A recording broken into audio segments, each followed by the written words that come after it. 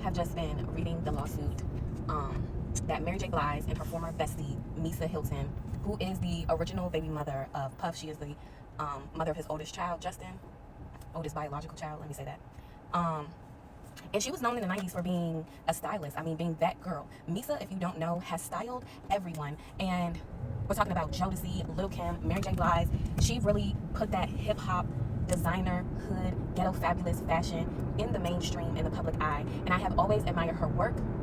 And it seems to be today that Misa is elevating her career and focusing now on artist management. And so the artist in question that's entangled in this whole lawsuit is Vado. For those of you who don't know who Vado is, a lot of people are getting him confused with Vito, who was an E, who was a singer who came out more recently. But Vado has been around since the early 2000s. He originally was with Angela Yee, and then he got into relationships with Tahiri, and we saw that on Marriage Boot Camp. As well as it seems to be now that he's in some type of entanglement. I'm going to use my Jada Pinkett Smith word, entanglement, between Misa and Mary. And so, like I said, Misa and Mary go way back. They've been friends since the 90s. And when I say the 90s, I mean the early 90s. So we're talking about 30 years plus of friendship. I have posted and reported about them hanging out over the years. They were always together with the girls. And the girls including Angie Martinez, another one of my faves, as well as LL Cool J's wife, Simone Smith. And we're going to add Fat Joe's wife, who I do not know her name off the top of my head, Fat Joe's wife, into the mix. That was the whole New York clique, okay? And these ladies were seen everywhere over the years and seem to be very, very close. They always mention each other in interviews and refer to each other very close. A lot of these women, well, Angie, Mary, and Misa are all Capricorns too. So, gang, gang there. But let's get back to it. So the whole lawsuit is occurring. This is what is alleged in this lawsuit, is that Misa is managing Vado. And she has a 20% deal with him. He recorded an album, a full album that's ready to be released to the public.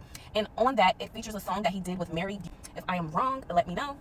But they are feuding because the lawsuit that Misa filed is because Vado wants out of his contract, apparently, and he wants to work with Mary and her security guard, who is supposed to be having a management, artist management type of thing. Let me just put a pin in this and say, my personal opinion, I don't understand why artists want to be managed by other artists instead of an actual record label.